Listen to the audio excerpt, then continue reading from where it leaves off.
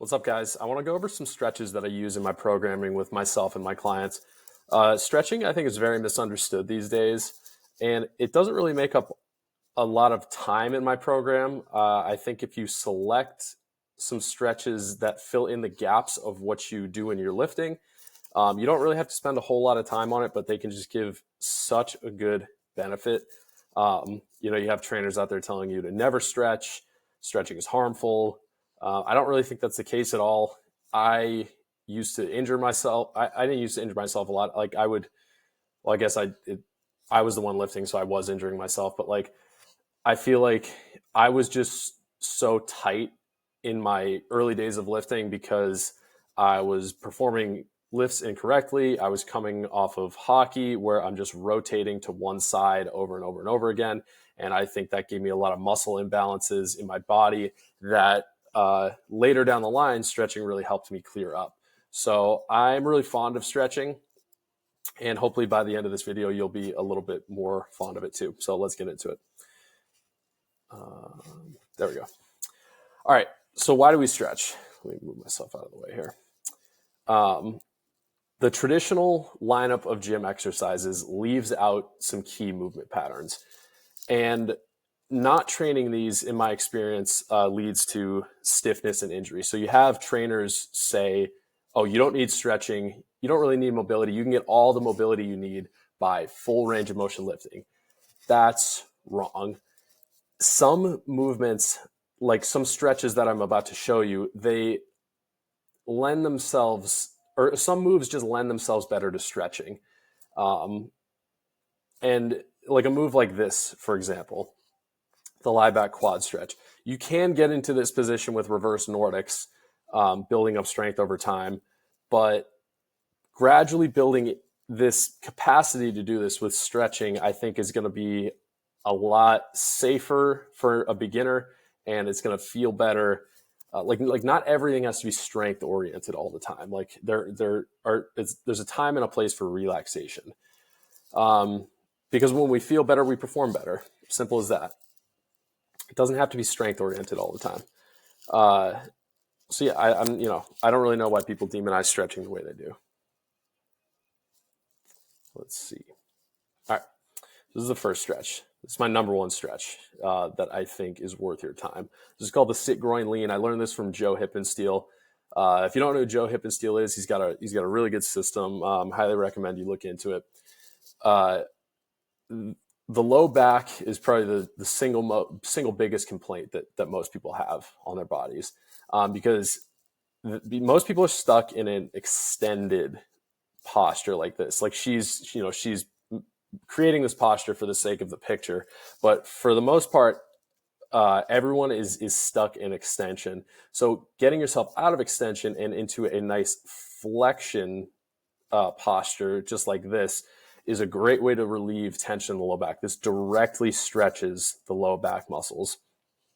So how you would do this, you can't really see it, but I'm clasping my feet together like this, and they're a little bit further away from my hips than like a butterfly stretch where your feet are really close into your hips. So you want to push your feet away a little bit so that the position of your feet lines up with the path of your head. And what you want to build up to on this is the capacity to touch your face to your feet.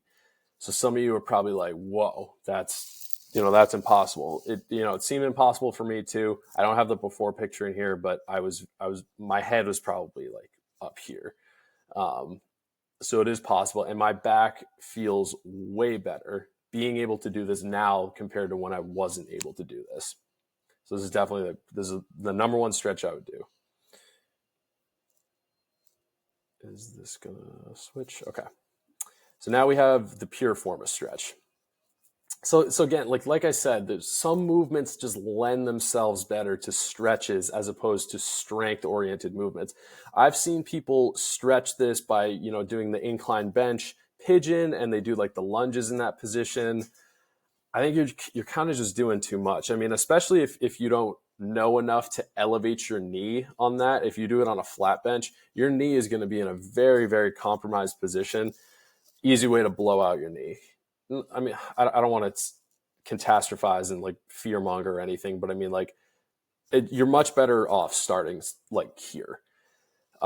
So a couple important coaching points is that both of my hip bones are on the ground here, and I'm stretching my left piriformis right here, and I'm reaching around with my right arm and hugging it in like that. So you want to be as tall as you can in this position.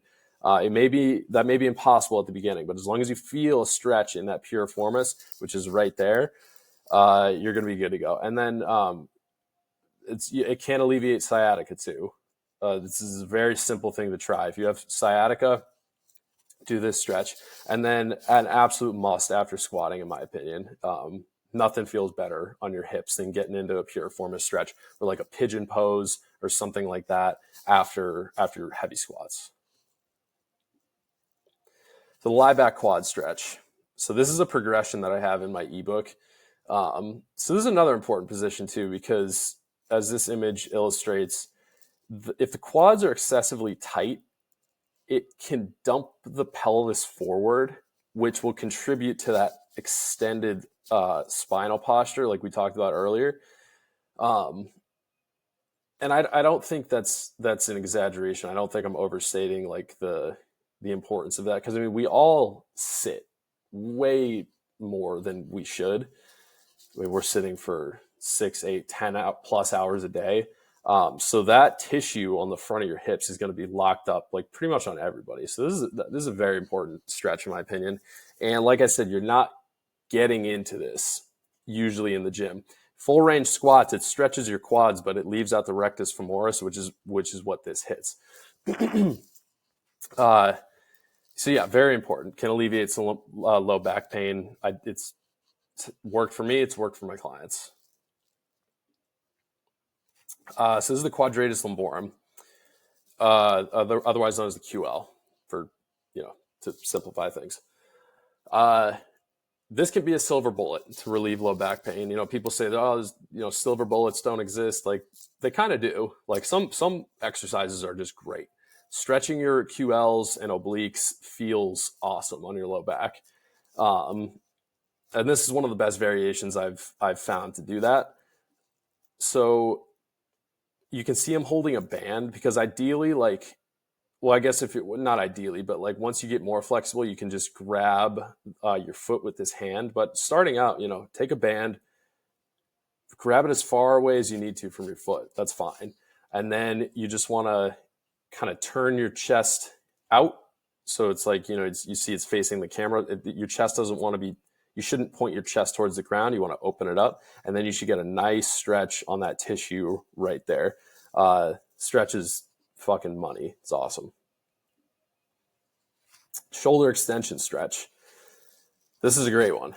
Again, I mean, yeah, you can do the incline curls. That's really good for this too.